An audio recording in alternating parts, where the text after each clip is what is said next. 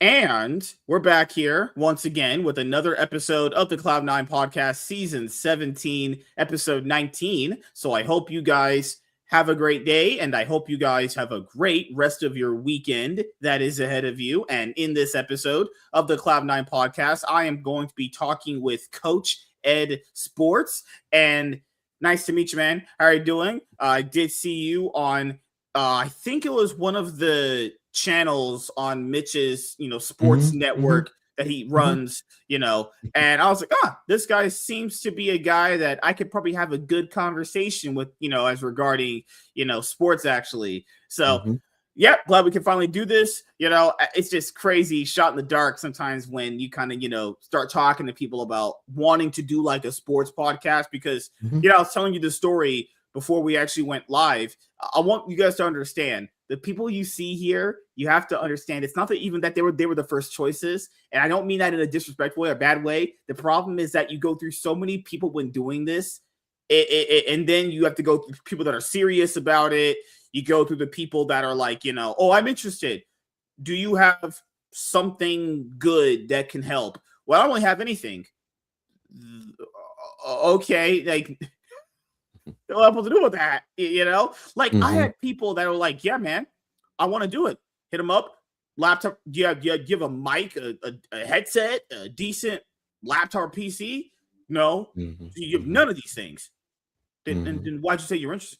It's just this level of unpreparedness people are when it comes to things like this. Like people imagine they could always do this while not actually thinking about like all the other intricate things that go along with actually doing this. It's actually crazy. So before we get into talking about like, the NBA, NFL, and the other things, regarding the sports world, since this is your first time on this show, we'll get your origin story first. So that way, if you ever come on again and we talk about like, the NBA, NFL, anything happening in sports, we don't have to do this again. You can just refer to the people to this episode if they ask who you are, your backstory. So how was your life growing up, man, actually? I'm truly blessed. In a sense, I mean, I'm a product of a I'm a military brat. Let's put it like that. You moved around a lot, actually? Only as a in my early years. Once I ended up in Jersey. I ended up in Jersey in 1970. My dad got stationed here in South Jersey, and he got stationed in South Jersey. But I've been Central Jersey, North Jersey ever since. So, but I'm a Jersey boy and been You get the here. Jersey And Shore up there? What? well, I'm not Jersey Shore. I'm Central Jersey, North. Well, now I'm in North Jersey, but I'm Okay, primarily okay, Central Jersey. So, okay. for those who are familiar, if you think about like the New Brunswick, like right next door to Rutgers. I mean, basically say that that's where I'm at. If you're familiar with that area, um, that's pretty much where I've been even though I know all of Jersey. But again, my life has been blessed. All Proud the ladies father. out there in Jersey back in your prime, were they, man, you know the stories about Jersey girls, man. You know the stories about them. Man, Yeah, God. yeah. There's always interesting stories. So, but I've been blessed. God rest her soul. I had the love of my life. Gave me three beautiful children. Oh, that's Um, awesome. yeah. So I mean, How long have you been married yes. for? Well, when I was with her, we were together 87 to 2002, so 15 years. Oh So, and my then she God. passed on, and handled my business with my queens, and I mean, I've had my fun. Coach Ed is, Of he has course. his dirt. Don't You get know, me wrong, but my main focus has always been outside of my family sports. You know, coach since started coaching in my teens. So I was a junior coach, and I've been coaching since 1981 in some form fashion. So played a little college ball, and a little minor league semi-pro, but mainly everything's been coaching, whether youth football, high school, college prep, arena, minor league semi-pro. I mean, I know the game, know the inside and out. yeah. Have a degree in sports management. So I mean, that's pretty much it. Did your kids play sports too? No, I mean, my daughters did cheerlead, but their mother basically, she's no, you can't force them. Because I wanted them. At first, I mean, back then I wanted to put my daughters in football, and she wasn't having it. She was now, nowadays females play football, and now the new trend is flag. But back in the late '80s, early Mhm. '90s, nah. Cheerlead, yes. Yeah. Other than that, no. So I mean, they didn't. They dabble a little bit, but they're not big sports fanatics like me. Yeah. Okay. So, throughout your life when you were coaching, do you have Mhm. any stories about any difficult players that you had a hard time getting your mindset on how to play the game through? I've always run into well, let me rephrase it. You're Yes, good. I've had players like that. Um, some, I ended up eventually, what, we just can't get along one way or another. Most of them, you eventually bring them into the fold. Mhm. So as a coach, you do strip players down. And you don't mean that to be disrespectful, but you want to break them down so that they end up understanding what you're trying to do as a coach, as an organization, and then Mhm. grow from there. So, and then also it's a bonding tool. So now look, I'm not trying. I always tell my players, I'm not trying to be your best friend. I'm being your coach. So, and one of the things I always tell them, I'm like, look, I'm going to yell at you. You know, it's when I'm not yelling at you, you really got to worry because 9 times out of 10, if I'm the HC, have them sit on the bench. If I'm a coordinator, have them sit on the bench. And that's going to be the end of it. And you can sulk, you can complain, whatever the case may be. But if you're not spitting into what we're trying to do, then you become a cancer, and I can't have cancers out there. So, because since you've been a coach, I can also ask you these things. Where did you get your philosophy on coaching from? Well, it varies. My first coach, Coach Palmer, who introduced me when I was a junior coach, youth football. Um, Started with him. Um, well, it actually started before that because my dad is a Steelers fan, and when I was in the '70s, he used to sit me down to watch the Steelers, and in watching the game, I could sit there and pick up the tendencies, and I could tell him, Rocky Blyer is going to get a handoff. Franco Harris is going to get a handoff. It's going to be a pass, and I tried to tell him who it would be, who it would go to. And I was about 45% accurate. And when you're, you know, 10 years old and you can pick that up, my dad was just amazed. And Mhm. that's why when I started coaching at 14, he knew it. And then from there, Coach P. Matter of fact, I just with my man, Unpopular Opinion Sports, we just did a most influential people, and two of my coaches were there, Coach Palmer and my defensive line coach, Coach Dunn. They really inspired me, and they set a foundation in terms of my coaching philosophies. Now, from there, done a lot of coaching clinics, a lot of them at Rutgers. So some of it is Coach Shiano, but I've been to Penn State, went down to Alabama, Texas. I mean, also done a lot with the laser clinics online. Mhm. So I picked up things there. Bill Parcells was another big influence. So, just listening to what they talk, how they teach, their mindset. Because to me, um, I'm more mental because I like the strategy, the chess game. So I Mhm. like looking at the opposition. What are you trying to do? I want to pick up your tendencies. If it's 39 and we're in the second quarter and it's 7 minutes left and you're on the left hash and you're on offense, what are you trying to do? You come out in 11 personnel. Okay, what are you doing? Are you going to put the twins to the field, or are you going to put it to the boundary? Little things like that. Because coaches, we all, myself included, we all have gives. We do. So, and I like the strategy. Now if you're going to do this is how I'm going to adjust it. And I'm also thinking sometimes 3, 4, 5 moves ahead. And I'm also thinking towards the fourth quarter. Mhm. So, but and again, that's from watching a lot of other coaches throughout the course of my life. Um, in college, watching my first two head coaches, how they did things, my defensive coordinator, all of that. I've taken all that, my notes. I mean, Um, I mean, my guys would always say to me when I first introduced my playbook, if it's defense, it's usually like about this thick. And I'm like, Coach, are you crazy? No, I'm not going to give you everything, but yeah, so Have you ever dealt with in your career having like people consider you like a choking coach? You know, like maybe you had a moment in your career where you didn't win series that you thought you should have won as a coach because you had the better players. You ever dealt with anything like that? oh Where you feel yeah, I like you mean, had the edge and you should have won, but your player just made the wrong call, even though you told them what to do specifically.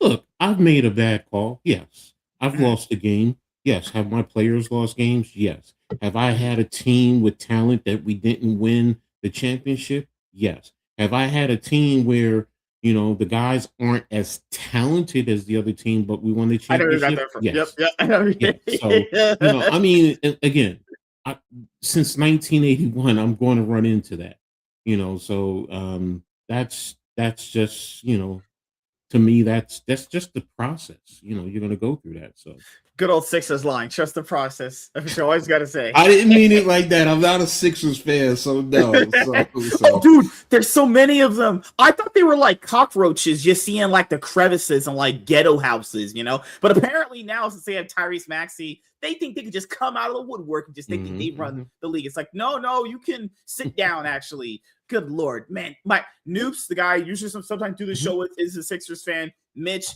is a mhm, Sixers fan. mhm, Oh my mhm. god, just so many of these guys just come out of the woodwork now. Where were you people? Good lord. So I'll ask you this. So currently, Coach Dante, that last one, he's so on point. Great on, yeah, Coach Dante, yeah. We know we've talked before, so but are you? yeah, yeah. So yes, you can have a thick playbook, but you gotta, and again, you look at through the course of training camps, so on and so forth, what works for your team. There's going to be times on, you know what, I'm tearing this out. No, we're not going with this. And there's times where, you know what, put it in, let it go, and keep it moving. So I don't know if I should ask this. This sounds kind of Go mean, but ahead, you know, ask anything. but everyone knows I am not a guy that pulls fun. I'm always going to be a bluntly. People say I'm mean. It's like, no, I just grew up in a time period where we just told it like it was. Now, if you got mad, we didn't really care. That's the thing. You just got to just not care sometimes. So, how do you identify a bad player from a good one? What, like, with your eye test? Are you talking about in terms of skill set, or are you talking about mentality So it's and two different things personality? you could apply to that. So Yeah. essentially, throughout your coaching career, have you ever had a person that's not as talented with their hands, but their mind, they're good at Yes. analyzing the game? Oh yes, yes, Yeah. yes, That's what yes. kind of sucks too, because those are the players that I absolutely adore because they're taking a aspect they don't have physically and applying it mentally. And I feel Hmm. like, man, those are also some of the biggest what if players. So, like, what if this player was actually as good hands wise as this other guy with the mind he has? He'd be the perfect player, obviously. But Hmm. yeah, I mean, it just depends from your perspective. How do you identify like a truly good all around player or a bad player? Or as you said, someone that's lacking in one area but it can make up for it in another area actually. Well, I mean, it does start in the meetings in your classrooms mentally, where you talk to them. How do they pick up the information? And basically, how do they relay it back to you? Because as a coach, you are a teacher. So it's like, you're in class, your teachers test you. I'm telling you Mhm. right now, some of the guys, when they first came to me as minor league semi pro, you give tests. Yes, it's not you just coming out to practice and then that's going to be it. No, I want to make sure you understand what's going on. If we have, Yeah, like they I buy into said, the vision. Yeah, because what's that's the thing a lot of people don't understand is that the reason why I feel like if you're watching like an NFL team or an NBA team, I feel like the reason why some of these players don't actually get playing time or they're not as good as they probably are, maybe they're just not bought into the vision though. And it might be like you said before, me and meetings one. Some people Mhm, just this is a fact of life. Some people just don't click with people like that. mhm, But the mhm. thing about sports is people got to understand you don't have to like the person you're working with to do well. I'm pretty sure Scottie Pippen did not like working with Michael Jordan sometimes. No, that happens, and You again, know? there's a lot of different factors going back to, like you said, the mental. I do start with the mental, and then it does go out onto Mhm. the field with the physical. Your footwork. How are you with your footwork? your hand placement, depending on what you are teaching. For example, if I'm in the trenches, um, I'm big with the sexy fatties. I like calling them sexy fatties, whether offensive line, defensive line. But how do you use your hand? Hand placement. Do you know how to? Some of the simplest things. You know how to use a push pull if you're a defensive lineman. Do you know how to work a rip, a spin move? Do you know how to lock out? Little things like that. And if I'm teaching you this, do you go out there and apply it? Do you work on it and then apply it? There's some guys who are not talented, like you asked me, but they go out and they work hard, and they master the techniques. There are some guys who are just physically gifted, but they're lazy. And sometimes they do the techniques right, and then sometimes they don't. Those guys frustrate me more than the guys who are not as gifted. At least I know with the less gifted, I'm sorry. At least I know those guys, I can trust them to do whatever it is they're working on. They may not be the most gifted, but they're going to go out there and they're going to give me something. And then sometimes you have those athletic freaks, and we all hear it. They'll take a play off. They don't give maximum effort, things of that nature. And yes, you do try to push them, you try to motivate them, but they want to do it at their own accord. And those guys frustrate me to the umpteenth level. Yeah, so a player like that is Paulo Banchero. You know who that is? The star player on the Magic. This guy, I like the guy too. But he's one of those players where it's like, dude, you're really good. Why do you suck too? He's like one of the weirdest star players I've ever seen. Like, he's talented. He is good. But he's just really inconsistent. That's the problem. And that's the thing that a lot of other people don't see too, is like, you can also have a player that I like to use this. This was a Yu-Gi-Oh deck a long time ago. It's called Mermail, where it's a glass cannon. So if it went off, it looked beautifully. But if it didn't actually go off, it had a lot of flaws to it. You could see the floor to it. Did you ever have any players you ever coached where they had like a glass ceiling sort of effect where they went off, it looked really good, but their actual floor was actually really low? Is there a way to like improve these things if you have a low floor and a high ceiling to make it some sort of a consistent thing you get out of the highs more, actually? It really depends on that player, to be brutally honest with you. I mean, they could have a low floor, but how do they work hard? Do they work hard? And some of them is just, you know what? The floor is where they're at.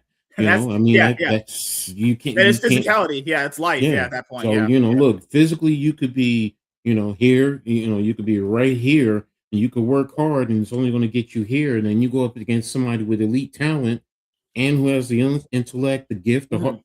You're just not going to be able to do much with them because they're much better than you. Yeah. And as long as you just keep trying and give maximum effort, now it's up to me as a coach.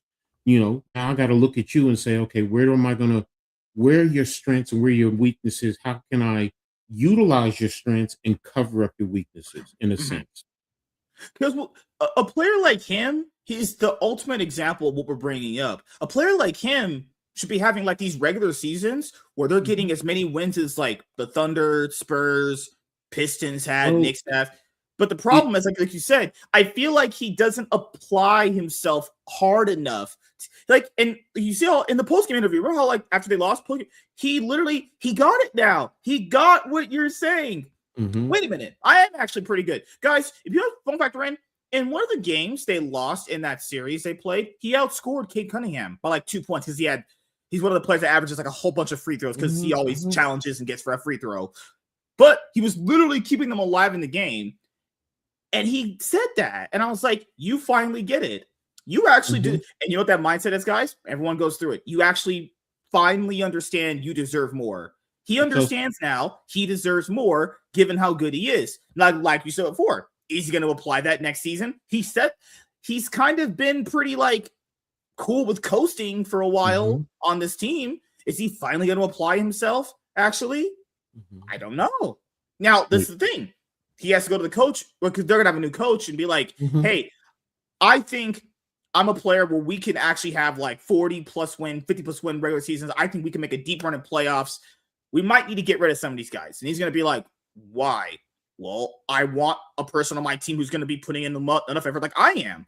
I don't feel like he's running the games down. I don't feel like he's bad, but it gets to a point where, like someone is good, but they lose faith in other people, so it makes them look bad as a result. I feel like that's his problem. Well, I think also some of the factors are, again, I don't know the ins and outs, but again, they let Mosley go. So you're saying it's coaching, because remember, he came from Duke and he was coached hard there. So that's the other thing. Do the coaches push him? Or do you say, oh, because you're a number 1 overall draft pick, you should just automatically get it? Also, there is maturation, because remember, he came in at, after 1 year or so. It takes some guys a little bit longer than others to mentally get it here, to grow up, to understand what it takes to be a professional. So, hopefully a new coach that's coming in can learn how to push him. Yeah.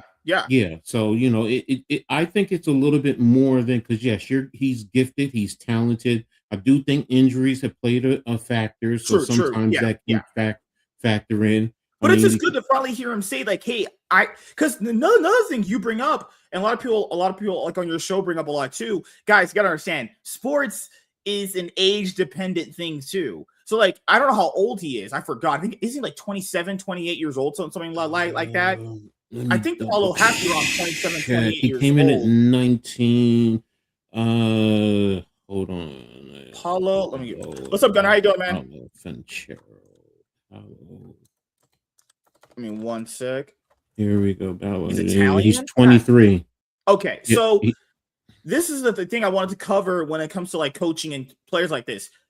Because like a lot of people gotta understand, when it comes to sports, let's say this. I'll say it like this: your younger factor, like your prime, matters a lot, and that's kind of like the time that most people envision you winning, right?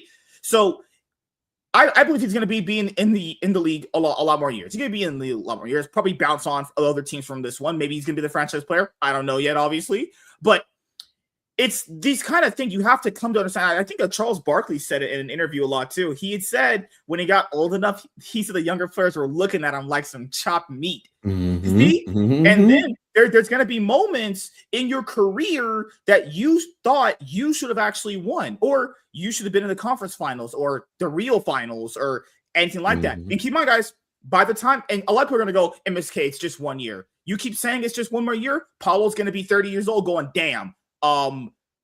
Shit, where'd all my playoff wins go? Where'd all my series go? DC? And keep in mind, a lot of people don't understand because they don't understand like the true philosophy of how like sports and things work. Just because you do something once does not mean you are going to be able to do that again. So I'll use them as an example here. They almost beat the Pistons. They're up 24 in that game. Wait a minute, you're the underdog. You're the underdog. You're up 24. Just win. You got it. Win game 6, you go to the next round. They do one of, if not the biggest choking manners I've ever seen. They choke in a way that is actually so bad. This is what happened. They scored because Paulo, as you said earlier, he gets a lot of free throws because he likes to foul like that. They made 1 point from Paulo because he made one of the free throws. Then they didn't score at all in the second half. Do you guys know that actually was a record itself? This is a league where motherfuckers straight up chuck the ball at the logo, and they didn't score for 24 minutes straight. That has to be one of, if not the biggest chokes I've ever seen. To not score at all is just unbelievable. And the factor is, a lot of people understand, you might not get that chance again. Remember the year before where they faced the Celtics and they lost? Like, obviously, people thought that it was going to be 4-1. It was 4-1. The Celtics were very good. And then they lost. This year, they had a chance to move on. Keep on, guys. Just because he's had this situation before doesn't mean you're just guaranteed to get that again. What if next year they may make the playoffs? What if next year they're bounced out in the play-ins? You don't know. These kind of moments in time in sports, essentially, I think the way of saying it is you have to win or get as far as you can in that moment. Because there's no guarantee they're going to have that. Like I said before, they have a new coach, which I'm saying, I hope he does a good job. I'm not saying he's going to do a bad job. But what if he doesn't get the players behind his vision of the game? What if all the players don't like this guy? What if they have locker room drama that prevents them from actually winning more games? What if they have more injuries? Like these things, you can't quantify for, so you have to kind of just win in the moment that you're in. And to see a choke like that is so disgusting. And keep in mind, there's no way you win after that. Want to know why, guys? No one chokes that hard and just wins the next game afterwards. It's just your brain is not in the. You're gonna always constantly think about, you know what? I probably should have won the game. Yeah, you should have. Now get you. And to a degree, you're right. But again, based on you should have choked that hard, man. That is bad. Well, I'll say this, because now I'm using my experiences from minor league semi-pro football. Yeah, so, and I'm dealing with grown men. Some guys have been in the NFL. Some guys came right from high school. But I'm dealing with grown men. So, yes, I've seen where, you know what, you didn't handle the pressure as a team, and you got your hind parts handed to you. But the next time you went out on that field, you took the lesson from that game, and you took it and you put it on that other team. So it depends on the situations for the most part. Now you're referring to basketball, so I get that. That's a little bit different. Oh no, we talk about football because I know you like football more than basketball, essentially. But it's just bringing up like pressure can really make or break someone. And this is kind of why a lot of people always talk about the older guys being better at dealing with pressure than new guys. I mean, I don't think that's quantifiable. I think pressure hits everyone differently. Yes, it just depends on it. Are you able to let that moment define you, or do you overcome it? Because a lot of people like to do this too. They always go, well, let's just say hypothetically next year, the Magic make the conference finals, and they go like, man, they came back from the biggest choking moment ever in NBA history to make the conference final. Yeah, there's guys also a moment where they could actually literally just not make playoffs either. This weird thing that fans do where they think the Cinderella moment is the next moment. It's like, no, guys, after Kobe won the Lakers the last title, there was no Cinderella story after Kobe. That's the Cinderella story. After that, they were probably one of the worst teams in the league for a few years. So just saying, you're not always going to be guaranteed these Cinderella stories straight afterwards. It could get worse. He could choke more series away, but it's like you said before, just understand how to handle the pressure. Josh Allen is another player about that.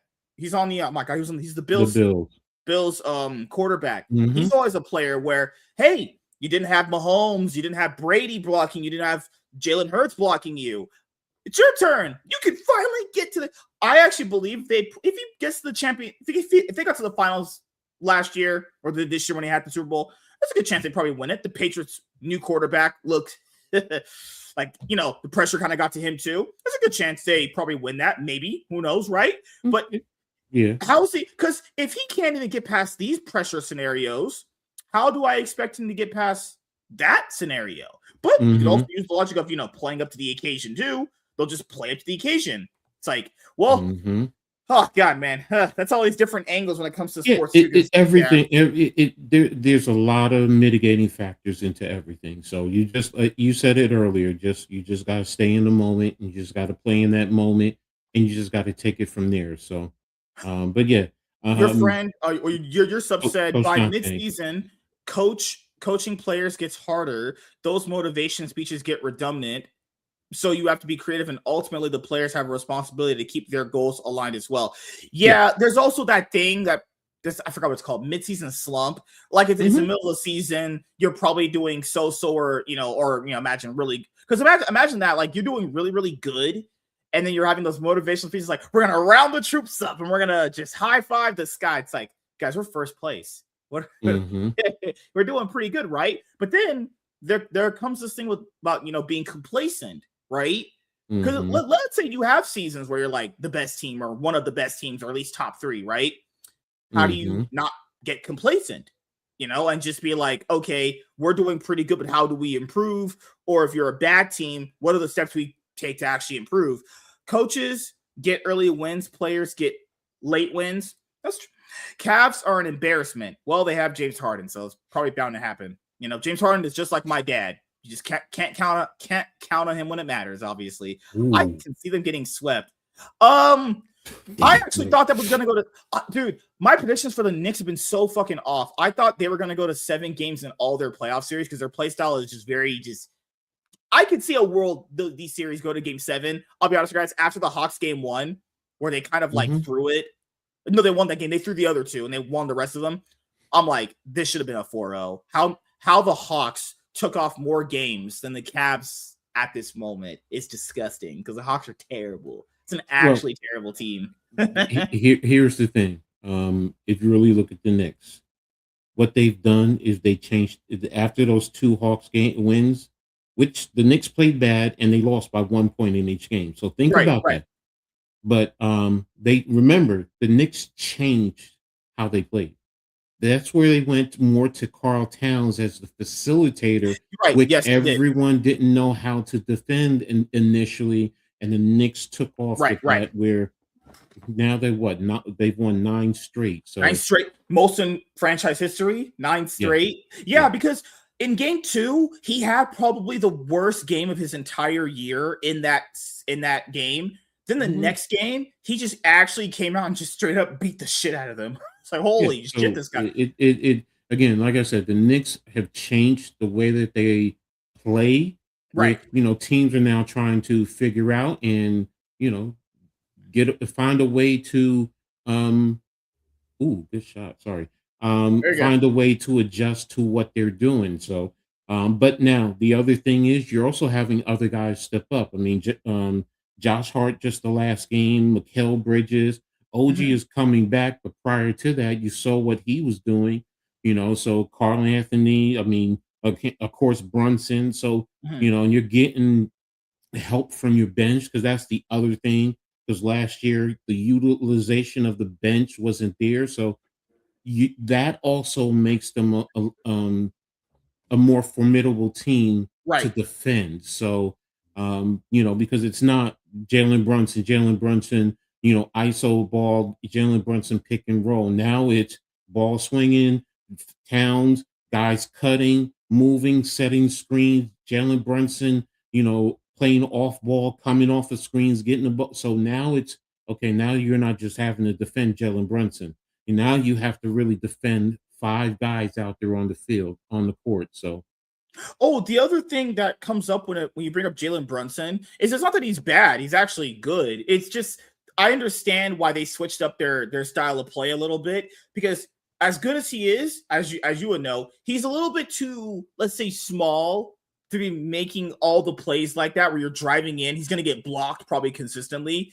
So I understand why they changed up, actually, because if they play against the Spurs in the finals, if the Spurs make it past Thunder, which doesn't look like they are based off the last 2 games, but like Jalen Brunson is going to get all of his shots blocked by Wembanyama if he does that. So it makes sense why, they would switch it up a little bit.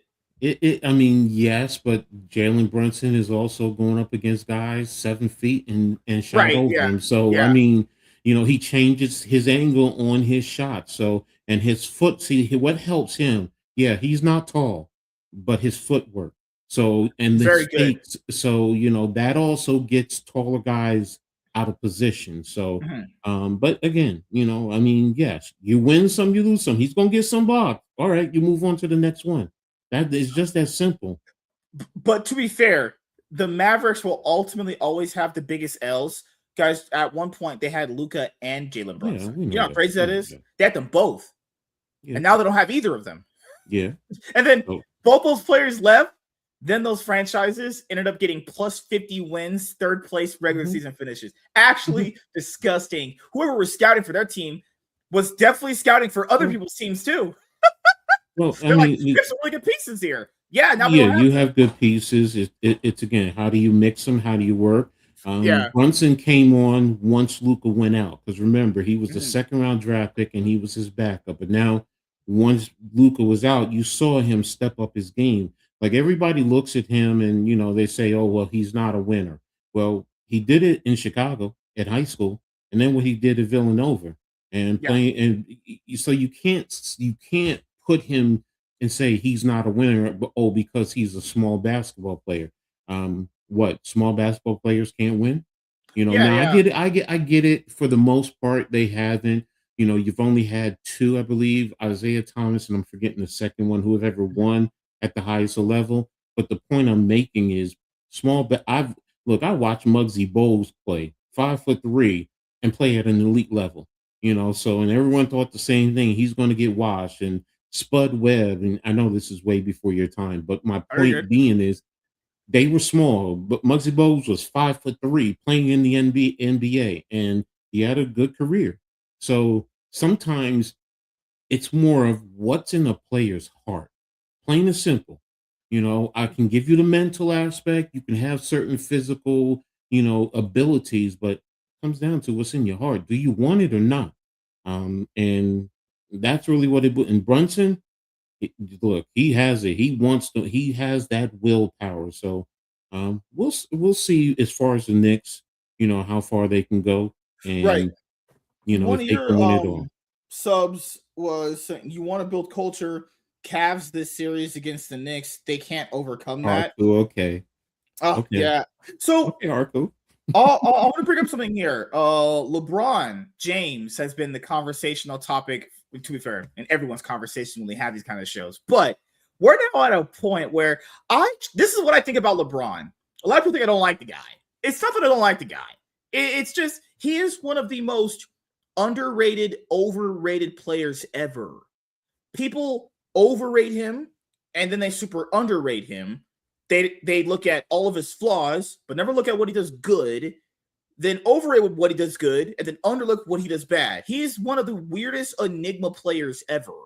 I can't understand him. Then again, I can't even understand people that criticize him either, because it's never a hey, he does something good here, but it's always just one thing or the other. I feel like the biggest problem with LeBron coming up right now is he's won 4 times. Where is he going to go that is going to give him the chance to win again? Because if you guys aren't around people like that, or you're not around like a lot of winners in your life, people like that always want to win. It's just in the back of their head. They're always thinking about lifting the trophy, confetti coming down. They did it after a hard regular season playoff run, right? And I love the Lakers. I'm a Laker fan almost my entire life, but I just don't see it happening with the Lakers. I just don't. And I do respect him for coming in and actually, kind of having a nice turnaround for the Lakers. And you do have to factor in, I want to make sure I stress this. After Kobe won the last championship for them, you remember that Dwight Howard period with Steve Nash? I know he doesn't bring it up on Steve Nash. I know he doesn't bring it up on his shows now when he's talking to people, but and then remember the years after that, guys. There were years where the Lakers had a worse record than the fucking Wizards. I'm not shitting. I'm not saying it to make up. They were horrible. Because I know people may not like the guy, but there's a reason why when he wanted to come here, they chose to sign him. Like, keep in mind, they also wanted Kawhi Leonard too, but apparently Kawhi Leonard didn't want to play with LeBron, but they're different for another day, obviously. But it's one of those things where him coming brought the Lakers back to somewhat of an idea that they could win again, right? Obviously, they didn't make playoffs the first year. We came, they got, they got a trophy. If you count the bubble ring and the NBA Cup, to be fair, if you're looking at it from a completely technical aspect, he did get them trophies to bring in, if you want to count those. I'm saying if you don't, that's up to you, but that's an if thing if you want to. Then they've been in the conference finals, which they weren't in the conference finals many years ago after Kobe had obviously left them and he passed away, and then they were going through that weird, shitty rebuild phase where they had nothing, and Nick Young and all that other bullshit. Then they've had the first and second round playoff exits, but now Laker fans are going like, man, why are we not getting the trophy though? There's a problem. There's a problem now.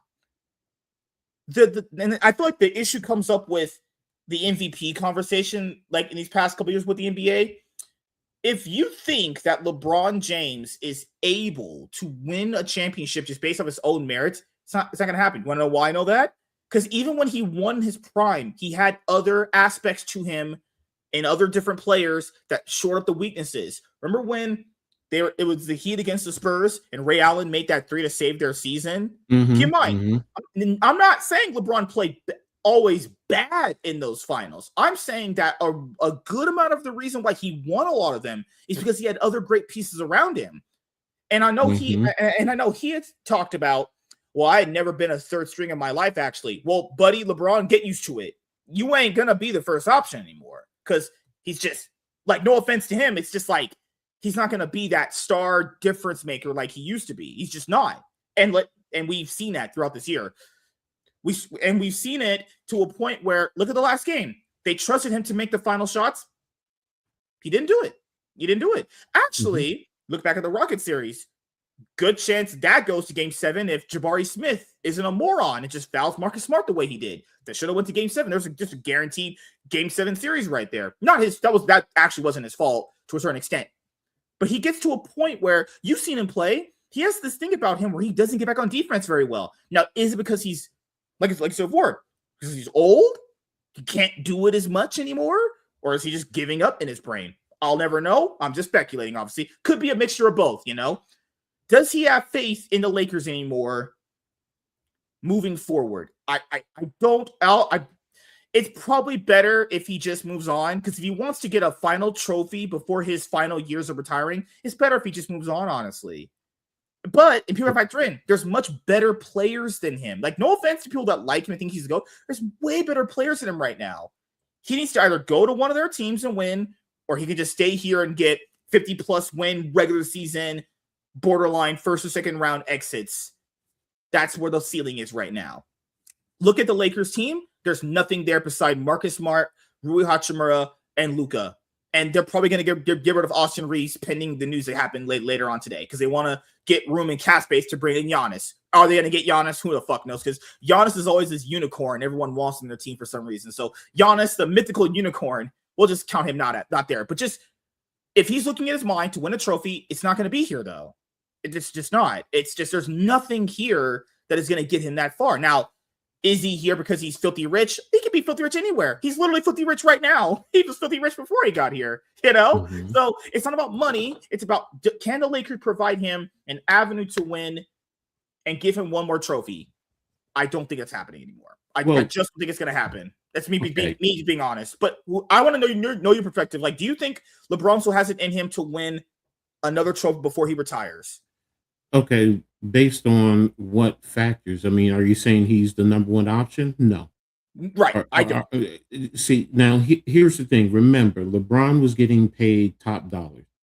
So based on, and here's the thing.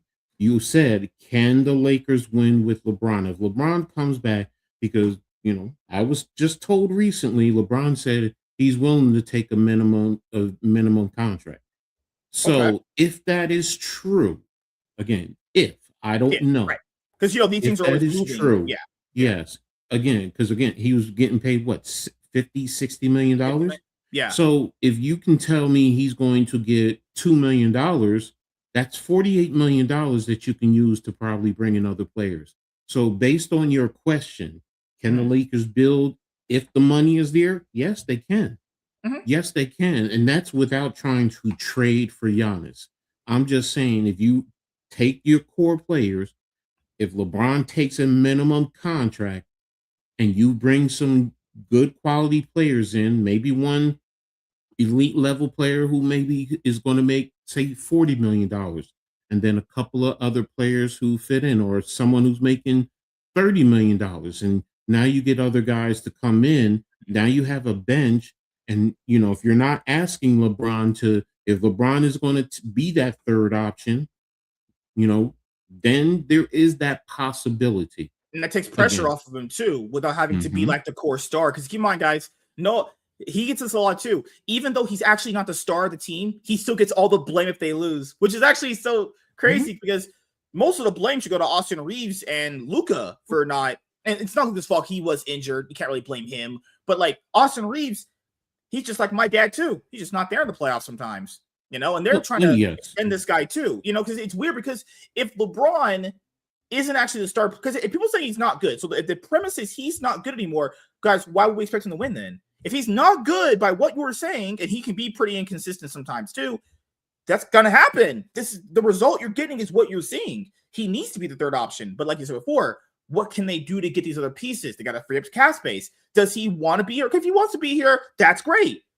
You have to take less money. I think if he took $5 million less or $10 million less, he's getting $40 million. That's not that bad, right? If it means to get, like you said before, a star player or another role player to go along with that star player, so you don't have to always be the center of the team, that's good, But then again, it just depends on other moving factors too. Like Could he go back to the Cavs and have a better chance of winning a title?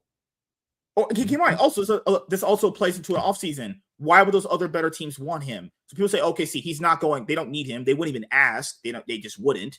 Spurs, they have De'Aaron Fox and Castle and Wembanyama. They're good. They wouldn't need him either. To be fair, LeBron on the Spurs would be absolutely disgusting with those guys. That'd be crazy, honestly. Okay, you have the Warriors. What do the Warriors have? Most of their team is injured, and they have Steph Curry and Draymond Green and LeBron would not get along on the floor. I just don't see it. That'd be terrible. Well, see, here's the thing. We're putting LeBron, like you just talked about these different teams. The first thing is, what position is he playing? Because you can say he can go here, it would look this, but the first question is he playing a 4? Is he playing a 3? Is he going to be a facilitator, a true facilitator, and not a scorer? So, you're right. Yeah. So again, the first thing you want to do is, where is he going, and what is his responsibility there? That's the first. That to me are the first two things. So, yeah, does LeBron want to, stay in LA? His family is there. He's built his, now his life is there. The Lakers really are the team that he spent the longest with. Yeah, he's only been on like Cleveland 2 times. Teams. Yeah, he's been in Cavs, and so yeah, that's it. Yeah. Yeah. So these are other factors, that to me play into these decisions. And let's be real. The other decision is, do the Lakers want LeBron back? Because remember, he's a free agent. And keep in mind, even if they could have gotten rid of him this year, because people ask why did they try to? Guys, his contract had a no trade clause. Yeah. So around the February trade window, which is usually when people trade players, even if they wanted to trade him, they couldn't. He has a no trade clause. So there you go. I mean, and then people are also going to factor when it comes to teams like I said before, the teams that are kind of better than the Lakers. What would you be gaining by getting him, though? If you already believe that he's aging and he's going to be retiring in a couple of years, why would you sacrifice draft picks and good pieces you have right now for a guy that's only going to play for a couple of more years anyway? Like, what would you be gaining out of that? You're only gaining like more of like a win more now kind of situation you get. Because, some of these other teams, like, okay, let's say the Lakers want Kate Cunningham. What in the world are you going to give them for that guy? Bag of chips and a Coke? Hopes and prayers? I don't know. Yeah. This is the problem that comes with the Giannis trade a lot. A lot of people go, why don't the Bucks just give up Giannis? Guys, quit being stupid. What do the Bucks gain from most of these teams? If you look at most of these teams' benches, like you said, and you look at who they have, who can they offer them? So all you're basically offering them is like what businessmen do. They do that thing. I'm offering you hopes and dreams. Well, these guys may be good. Who knows? Here's the other factor. Okay, right. Because you just mentioned business. Don't forget, there is the window. So where you are in terms of, are you at the first level, the second level, and the penalties associated. So if you're trading Giannis, remember he's on a longer term contract. So yes, you have to get back in terms of dollars. Can those dollars that you're getting back be going after 1 year, as opposed to Giannis? I think is 3 or 4 years right now. Isn't he 32 now? I think he's older too now. Yeah, he's in his 30s. But the issue is and that's what GMs are going to look at, and these executives of the team. Yeah, you want to trade Giannis, and if you give me back the money, first of all, because of the CBA and what you're supposed to get in terms of dollars. Now, are you giving me draft picks? Now, if I'm getting draft picks and they're going to, in a sense, not rebuild, but refresh, and hopefully, if you can get it back right away, instantly, maybe 1 year, then you're going to say, well, Giannis is always hurt. He's older. Really, Giannis wants to compete for a championship. Is the team are the Bucks in a position right now to compete for a championship with Giannis? You got to be honest with yourself and look at that team and look at that roster. Is that roster, can they compete in the East? Indiana, with Halliburton coming back, the expectation is they're going to be a top-level team. Boston, we already saw, they went out in the playoffs early. But they usually hover around like second, third, roughly. Exactly. So they're going to be a team. You got the Knicks, you got Detroit. We just talked about Orlando. So if Orlando gets their act together, Atlanta, It could be a dark horse. Yeah. Yeah. So that's why I'm saying if you look at Milwaukee's roster, are they going to win and compete for a championship? Because that's what you have to really put in your and that's head. why I wanted to bounce off your point, because a lot of people don't get this, though. It's not like back in the day where like a bad team would just give you their star player because they knew they weren't going to win. Nowadays, most bad teams have realized, wait a minute, what do I get out of giving you my better player? I get what? Some lottery picks and some hopes and dreams. Like that's nothing. But like you said before, if you had that guy, are you going to win with that guy? Is it better for you to actually get a future?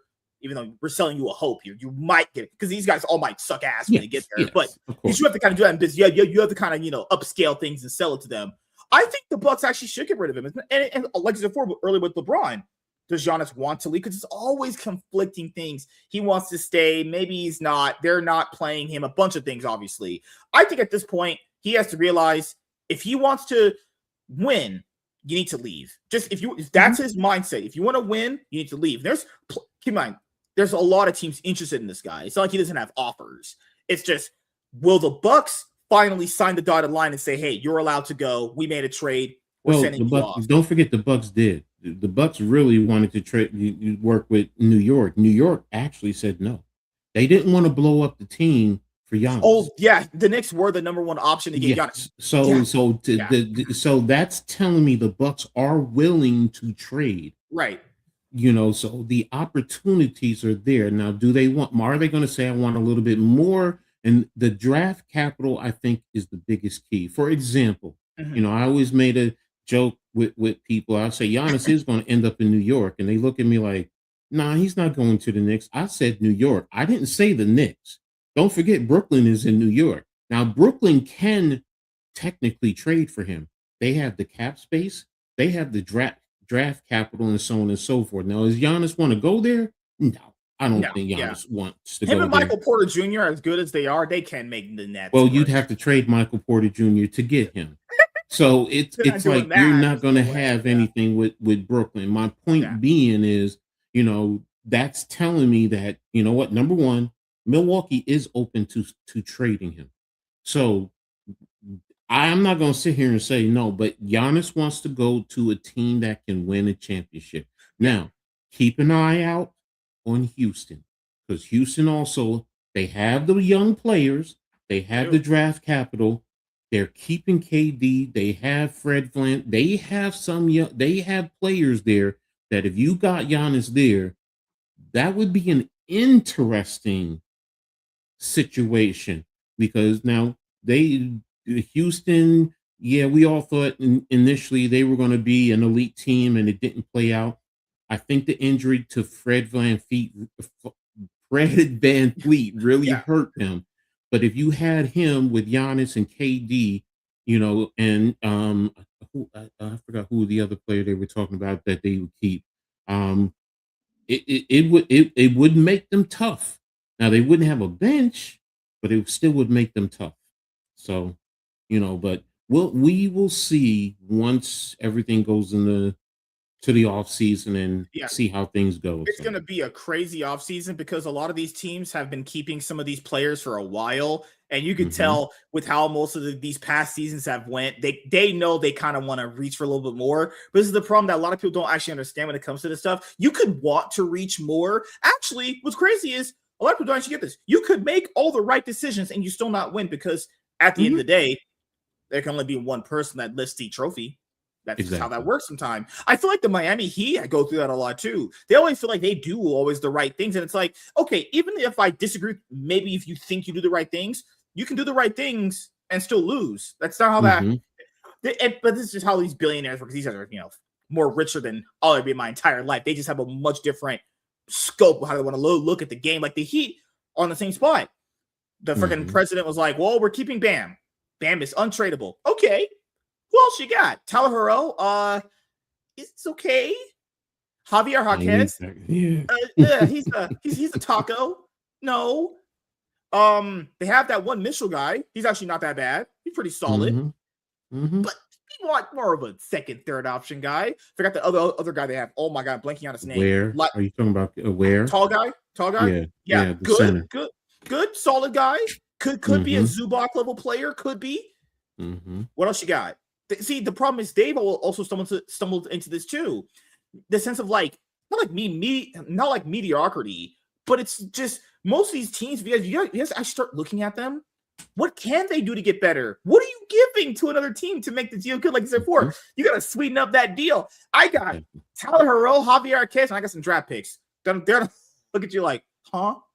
Who? Yeah, exactly. What? No, and that's the point. The Warriors are in the same spot. The Warriors are in the same spot. What can the Warriors offer? But the Warriors, well, first of all, in terms of money, you have Jimmy. You have Jimmy, so that'll match up, and then it's it's not only the draft picks, it's the swaps. So those are things that you can add into, and if you want to throw in some second rounders, which but again, the Golden State, I believe of what I was told, they have a better package to offer than a lot of other teams. So yeah, and they could be getting a lot better too. Like if you've seen the draft, now I think it's like the betting market and the DraftKings shit. LeBron, KD to the Warriors, that would be. I don't think it's gonna happen, but what they want to build the Expendables. I respect it. But it's like that is literally a win now team. You must win now. That's not a future team because a lot of teams I feel like are going to begin to like Charlotte. What is Charlotte going to do? They have some nice pieces there. Are they going to re-sign Kobe White? You saw what happened with Kobe White. I know people like Gideon. He's a good player for the Bulls too, but Kobe White was really the solid player for them. Once he left, they pretty much just completely fell apart.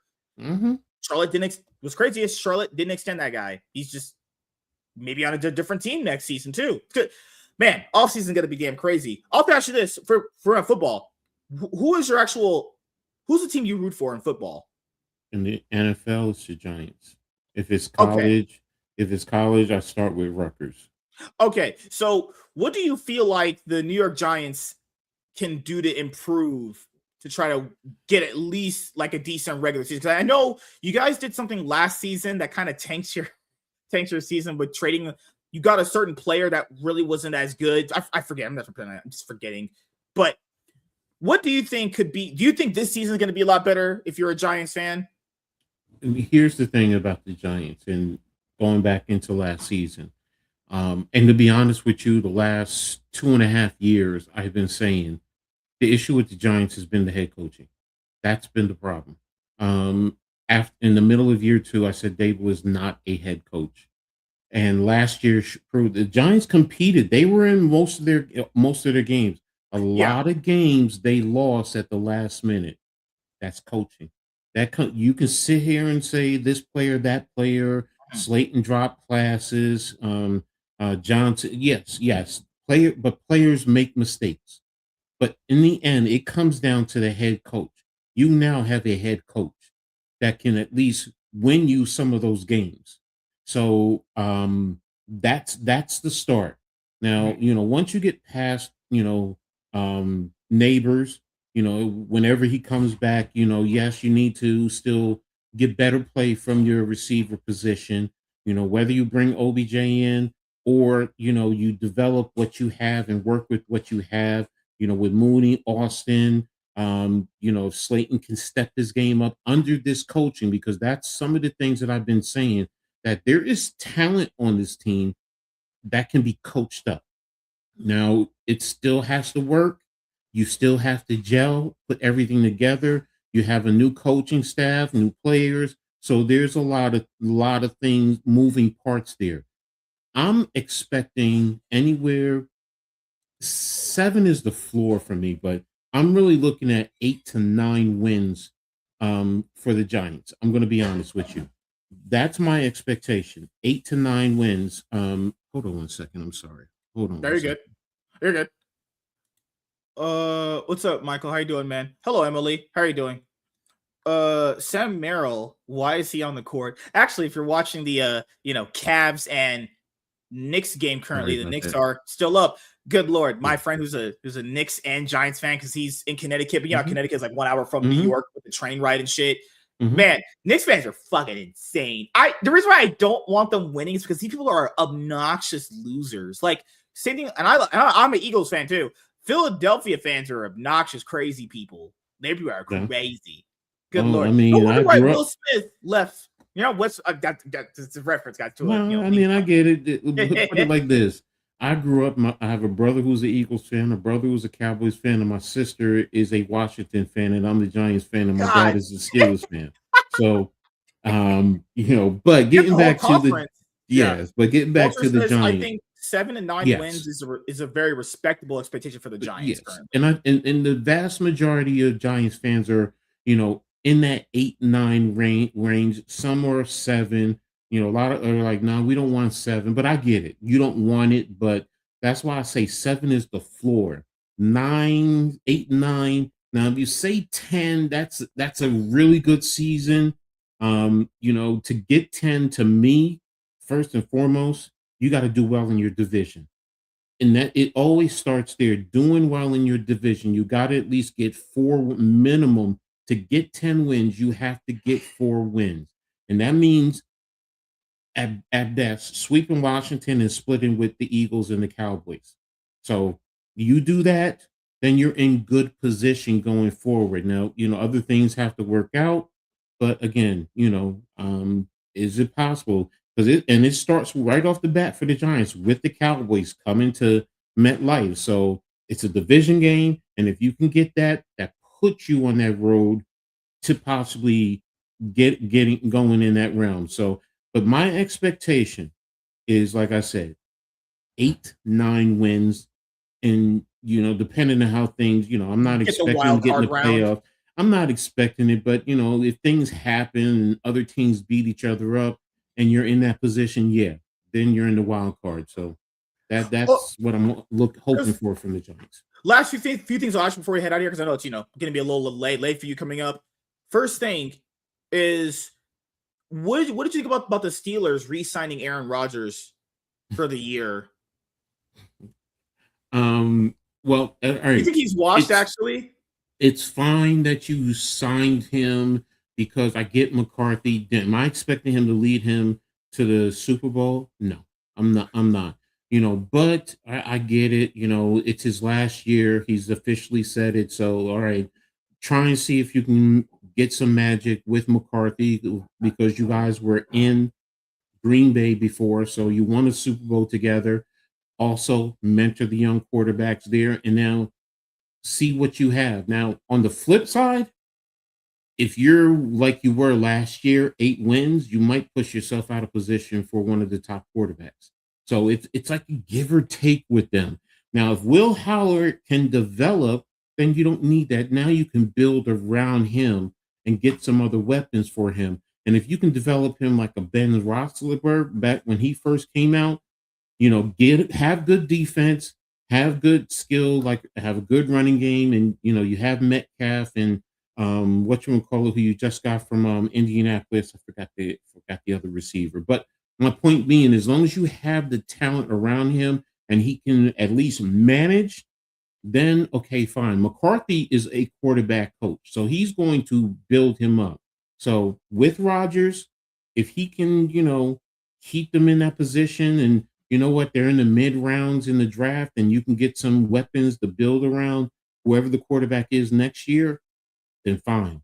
But now, if Rodgers doesn't do well and the Steelers are picking high, okay, first of all, it's not going to bode well with Steelers nations. I will be honest with you. 'Cause man, I can, just coming to think about it, with the Steelers, didn't they just fire their longtime head coach who had been there since like no, he didn't 2008? fire him. They did. He walked away. He quit. He resigned. Oh yeah, So Tomlin resigned. So Baltimore fired Harbaugh, but not Pittsburgh. So yeah. The Ravens got rid of their guy right after they lost mhm, that game. Good Lord. And that's what I tell people too. Sports is cutthroat. You lose in must-win scenarios to go to the playoffs, and that's your last game. Chances are you're probably gone, just like my mhm, dad. mhm, Huh, God. mhm. The Steelers is a talented team, but they're an aging roster, especially on Yes. defense. Yes, Hmm. exactly. So that's why it's like they're in a quandary. So it's like, what do you do with Rodgers? And I get it. I get he wants to come back. And look, we in the sports world, coaches, players, most of you, the average person, you're crazy, man. Trying to do sometimes doing the same thing. No, you got to change it up. But you know Yeah. what? We say, no, I just gotta. This is my philosophy. I always tell people, look, I'm a big film guy. Look, and I'm also a competitor. I don't run away. If I could play the number one team every game, whatever it's in football, basketball, and I don't care about anybody else, I just want to go against the number one team. They beat me. I'm gonna go look at the film and I'm gonna figure out what it is, and I'm gonna come back and I'm gonna try and beat them. That's my mindset. It's always been like that. 40 plus years. But it's also crazy because we're sometimes doing the same thing over and over for the most part, which is, you know, hard for the average fan to comprehend because you would think, well, you got to change it up because you did this and it's not working, so go do something else. But we're creatures of habit, so that's why I kind of understand what the Steelers are trying to do, but they're in that quandary where if it doesn't work, I can also see, and injuries can play a big role, especially on an older team. Yeah. What was the thing that they were saying recently on like the ESPN broadcast? That floor hits differently when you get older. I'm not gonna lie, guys. Yes, When yes, you it have injuries and you're older, it just hits different when you're younger. When you're younger, it doesn't even matter; it just goes away in a couple of days. Nope, when you're older, that just lingers with you. Like your knees start locking up; they don't work as good. Freaking dick might fall off. Who knows? Actually, when it comes to getting older, actually. Look, I retired from playing at the age of 35 because of spinal issues, and it was just like spinal surgery, rehab. Okay, I'll do the surgery, but I ain't doing rehab. I'm a single dad. I'll just retire and just focus primarily on coaching. Miltos had a question for you. He said, how has the art of coaching changed to accommodate the era of free agency where athletes are not utterly dependent upon the good graces of a given team / head coach? Well, free agency really has changed the full dynamics because I do remember where teams had your rights, and sometimes you're with a team, 9 years, 10 years, unless they wanted to get rid of you. So free agency has what it does, but I have to say I support free agency because it gives the players the control of their career. They're not Yes. stuck with the team where the team now holds you, they own you fully, where now you could say, okay, I'm gonna play, 4 years and then I'm free to go. And I can go somewhere else and somebody can pay me more money because that's the other thing. They're getting more money, and look, they're the reasons why just like with college, you can make the argument, with the advent of all that money. But why do fans go to the games? They go to the games to see the players. So it's a give or take. Free agency has allowed them to do that, but it does create challenges for coaches. Look, how do I develop this player? And then I could develop this player and then he can go somewhere else and somebody else is going to reap the benefits. And then my job is on the line. So it's a give or take. It really is, in terms of, developing the players and they have the power. And then as a coach, you're reliant on the players. That's why, you have to have that culture. I mean, it's a word a lot of people don't like. Some people don't like. Yeah, it's like Some people, tempo. Yeah, it's like those yeah, words people throw around that it's yeah. just an all encompassing term. But you do Yeah. have to build a like when you hear the coaches in some of the NBA games, like you hear the Knicks coach talk. You can Mhm. when I can hear the coach talk, then I can understand if they got the players around how they view the game, how their vision Mhm. for how the thing should play. Like my goodness, I don't know if the Cavs coach has that with this guy sometimes. Like you look at the No. Cavs coach, it's like, God damn. He talks like in this way of like he knows what to do, but he doesn't want to do it. He's like, I well, don't we're you struggling t here. Like, you yeah, you talked really look the about last game. buying in. You Yeah, talked yeah. about players buying in, and that's why I look at them and I'm like, they haven't really bought in. It's just something about they are a talented team. They really are. Yeah. And for some reason, it's not clicking up here for Do these you think it's guys. because he doesn't their head coach doesn't look like he commands a presence? Because it sometimes look like if you're not a commanding presence, the players feel like they can just kind of walk all over you, kind of thing. It's to a degree, but here's the thing. I was talking with someone and he said Kyrie Irving and KD now are looking like geniuses when they were with Brooklyn when they said he's not a championship winning coach. We have to get rid of him. And look at where they're at right now. And you can make the argument that you can say what you want about KD and Kyrie and Harden wasn't there at that time. But the point I'm making is they said he's not a championship winning coach, and you're in the Eastern Conference Finals. That 22-point advantage should not have come down like that. You talked about choking earlier in this broadcast. That's the choke. And it is a true statement. Wink Martindale said it best. Pressure busts pipes. And if you can't handle that pressure, you're going to crack. Yeah, who's going to think pressure makes or breaks people? Yes. And you look at just that game. It was game one. Cavs come out swinging. Knicks haven't actually been on the court in about a week or two, and that matters quite a bit. 9 days, yes. Yeah, that matters quite a bit in playoffs because you rely on, like you said before, tempo and speed. You rely on having that agency to keep playing, and you keep going at it every single day, because like what don't you get when you don't do that in about 2 weeks or so. Yeah, like when the regular season starts, you see all these teams that are rusty. That happens a lot, guys. You want to know why? Because it's called this thing in fighting called ring rust. When you don't do it after a period of time, you have to kind of readjust to doing it at that level. That's why some of the first regular season games are really sloppy, because they just haven't adjusted back to that environment yet. And then you see it get better and better with some teams. When the Cavs come out and you have a lead like that, and then to hear their coach talk the way he does, like, wait a minute. So wait, you know what's going wrong. You didn't make the adjustments to make it better, though. I just get it. James Harden chokes quite a bit. It's been a known thing. It's been a known thing about this guy for many years. That's where coaching comes into play. First and foremost, if you know the rules and you're going to lose your two timeouts by the 3-minute mark, and the Knicks are starting to slowly chip away. Hello, timeout. Stop the pressure. Stop what's going on. Give you guys a break. You guys just played a game 7 2 days ago. Their legs are starting to get tired. Give them a break. Give them a break. Settle it down. Okay, you still had one more before the 3-minute mark. Those 2 timeouts could have done wonders. Now here's the other thing. You had Dennis Schroeder. You had Strus on the bench. You had guys that you were up, so you could have put these guys in when Jalen Brunson was doing what he was doing. So if that to me, that game more than anything, and I understand about Harden, everybody kills Harden justifiably, but that was on the coach. That game, and that's where you talked about choking.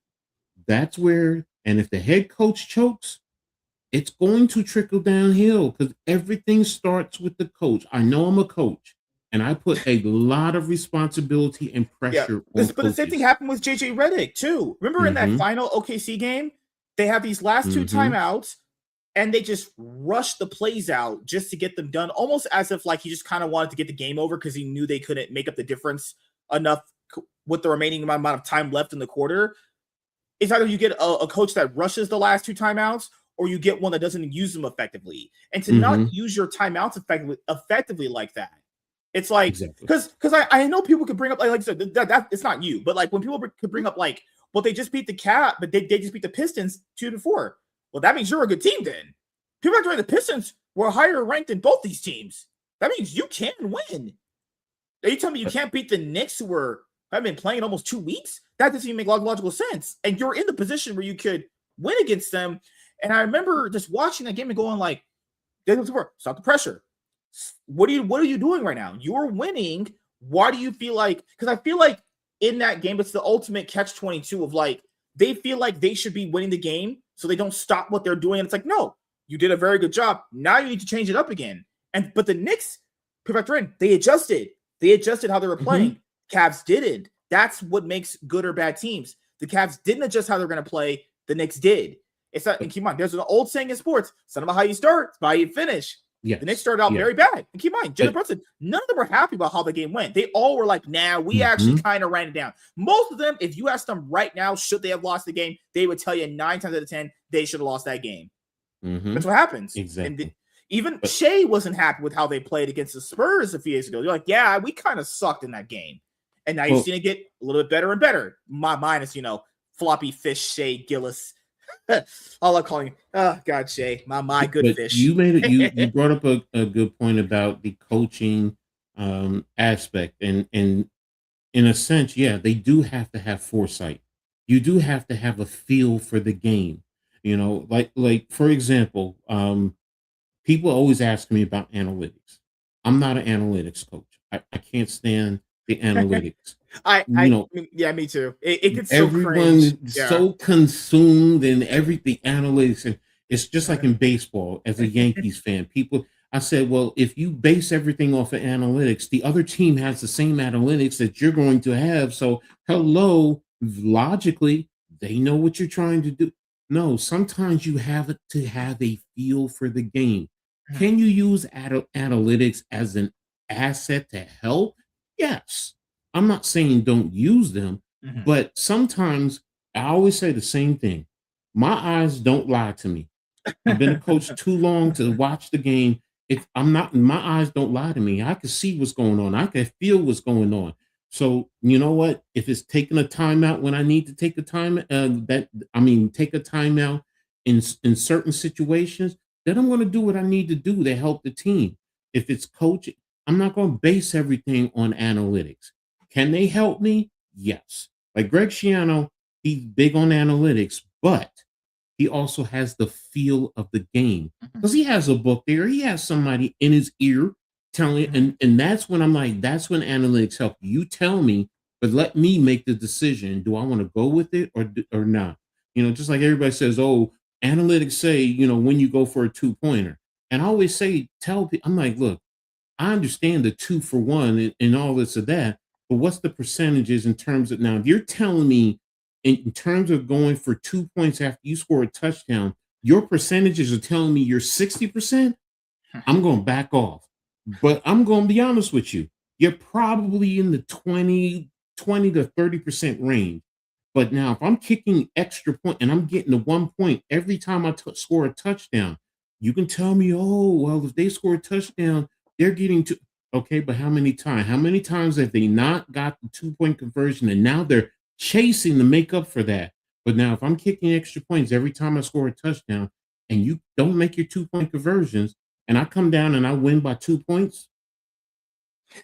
I'm glad you brought that up because I know the analytics conversation was happening on like First Take and some of the ESPN broadcasts too. So my thing with it, a lot of people like to use analytics as this like end all be all concept. Yes. So and I have to tie it to another point before I go back to this point. So just follow me here, guys. Okay, so this is something that a lot of people do now. So this is a concept called LARPing. And this is not live action role play. To a certain extent, you could probably apply that to that. So a LARPer is someone, okay, so like people know I have comic books and omnibuses back here.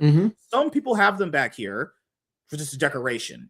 They've never actually read the content in them, and they've never actually even opened them. Some of that shit is still in the shrink wrap. Now, mine is still in the shrink wrap because I told people I'm going to actually review them. They're just there because I'm just, for reasons, right? So some people will have, like, let's say a Michael Jordan jersey behind them in a case.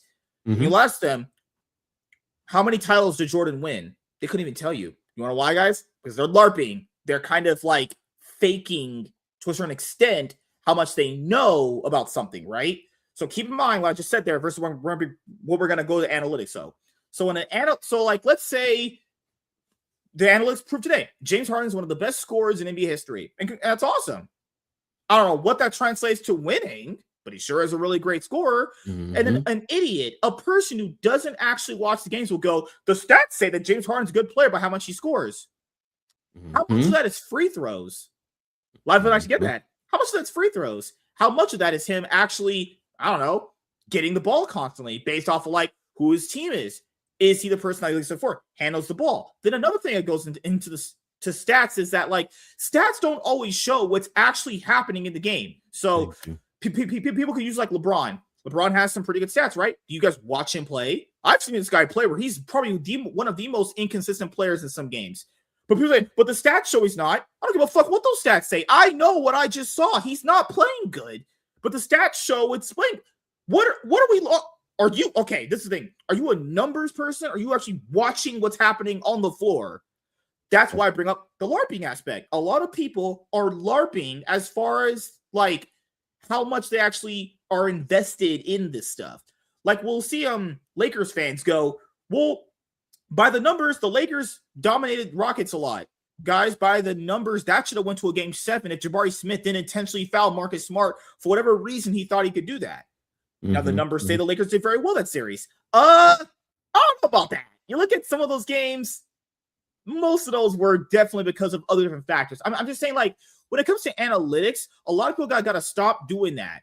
Just because something has good, so like Austin Reeves, right? Austin Reeves can average 30 a game. And someone told me Austin Reeves averaging 30 a game means he could run his own team. No, he can't. I've watched him. He can't run his own team. I don't care what those numbers say. Keep in mind, people chuck threes, guys. Wempiana in one of the games recently walked up to the fucking logo and just did a three. Because he asked, why'd you do that? I felt like I could do it. Okay. It's all right. And keep in mind, that goes on the score. That goes on a stat sheet. He didn't even think it was a good idea. He just felt like he could do it. And he's good. He's very good. He obviously can do it. I'm not saying he can't do it. It's just this weird thing of like, because a player could average 30, that makes them look better. Oh, Austin Reeves can score 30 points again. How'd that work for the Lakers in the last series against the Thunder then? Austin Reeves averages 30 a game. How'd that work against the Thunder? Oh, shit. Stats don't tell the whole story, though. Because a lot of people just use the numbers to inflate their argument, and you ask them, have you watched this game? Where are you getting this information from? They'll go, well, I just read it online. You're a moron. You're not even watching the game. Here's the other thing that plays into it, and this is my opinion. Right. But I just like I will stand on the highest mountain with this. People use analytics because of the advent of fantasy sports. Because that goes into it where, for example, everybody asks me, Coach, why don't you do fantasy football? You'd be good at it. No, I don't believe in it because first and foremost, I'd have to pick guys who are on other teams. And if they're playing against my other team, I'm sitting here rooting for them to score a point. No. I can't do that. But people use analytics for their arguments and their fantasy football teams, and I've heard it all, and I've heard every argument. Yeah. That's when analytics comes in. It's such a big demand and high volume, and PFF with this and this site for you're using that because you know what, the casual fan, and that's in all sports. I don't care if it's football, basketball, hockey. This fantasy football, and people go to these analytics to build their teams because that's the thing. But an old school coach like me, who's looking at the film, who's looking at the techniques, who's looking at the down and distance, I'm not going to be good at fantasy football. One, because I don't believe in it. Two, I probably pick every player from my team, so it's like it defeats the purpose. So I'm like, I just can't do it. And that's what I believe why analytics have played a large disservice, you would say? No, but it's talked about so much in terms of sports because the casual fans have now been they can relate to that easier. Yeah. Yes, exactly. Yeah, because I like another aspect of analytics I don't like is that it almost incentivizes someone not to watch the games because the numbers will always be there in some shape or form where it requires no forethought into actually engaging in the medium. So for someone to say like, and I'm not picking on LeBron, I'm just when someone brings up he's playing good because the numbers show it, I'm like, did you watch up where he didn't get back on defense after he himself gave up the ball, turnover 30 times? But the stat, he literally, I'm not saying he did, but this is a hypothetical. You can bring up, he literally turned the ball 8 times. But he scored 25. I don't give a fuck. He could have scored 50. You turned the ball 8 times. I think you played pretty poorly. He would tell you if he turned the ball 8 times over, he played poorly.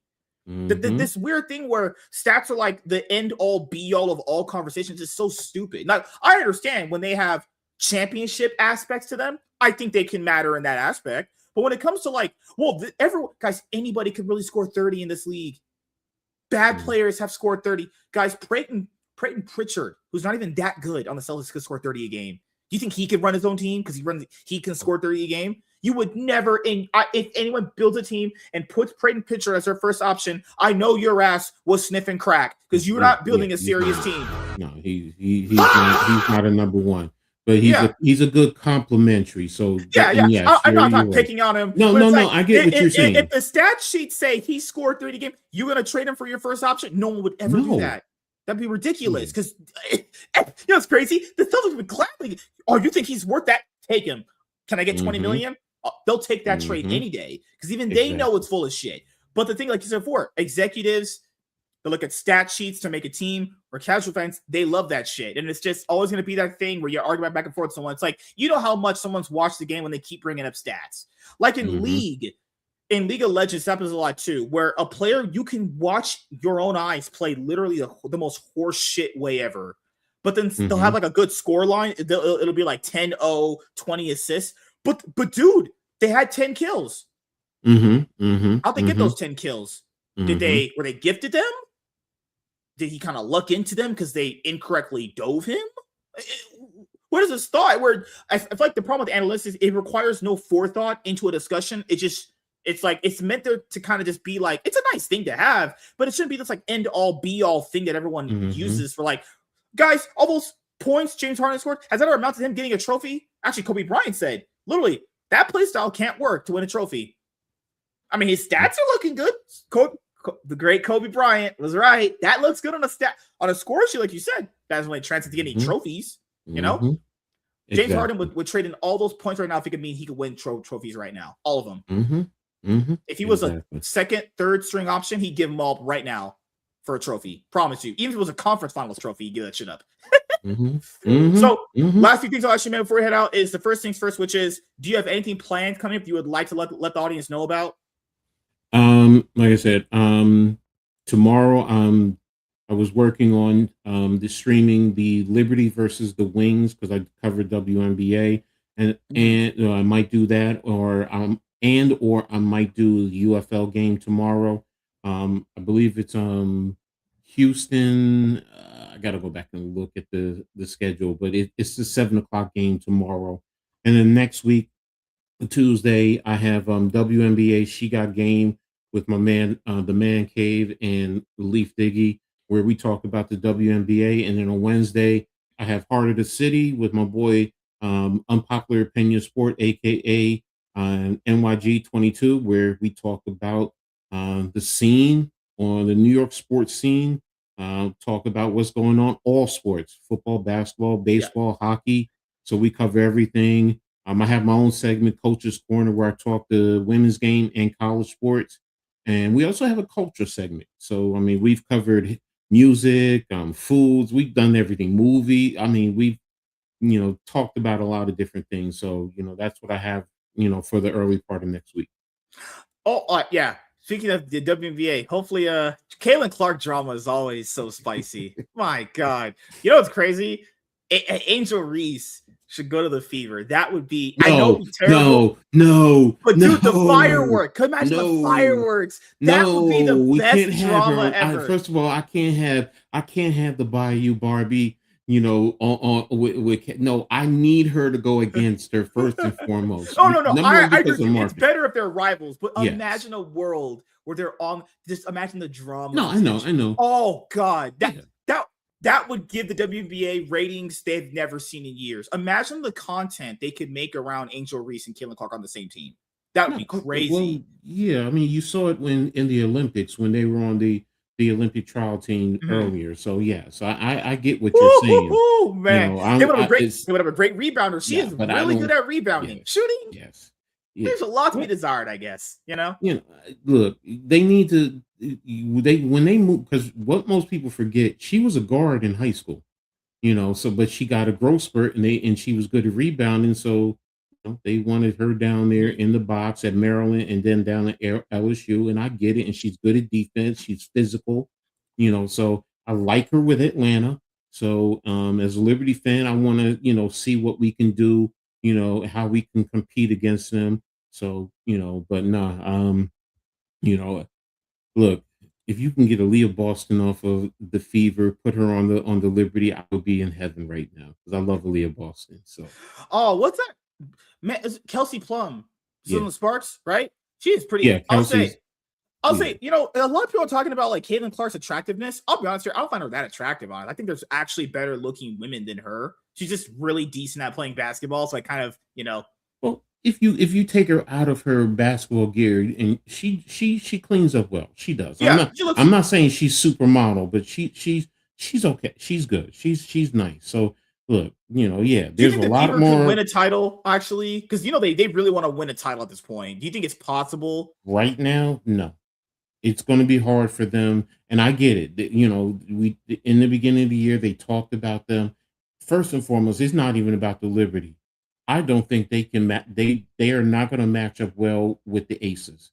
So Yeah, because they have that's going to give them, Asia. I forgot her name. yeah, That Asia lady. Oh my, Wilson, she's very good Chelsea for a Gray. female player. Yeah. Now you have Kennedy Carter coming off of the. Kennedy Carter is a starter, and she can get you 30 easy, easy. You have Jewel Lloyd on the bench over there, so they are a tough matchup for a lot of teams in the league. Minnesota, especially when you get what you call it back from injury, when Fee comes back, they're going to be tough.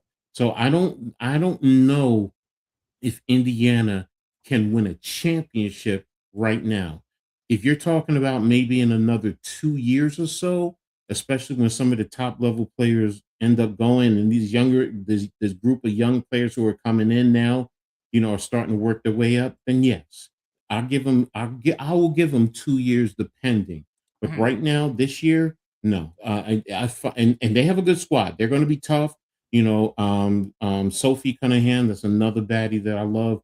She does her thing, but and they have good talent. Coach White, she's a good head coach, but I don't know. Right now, can they win a championship this year or next year? I think it's going to be hard.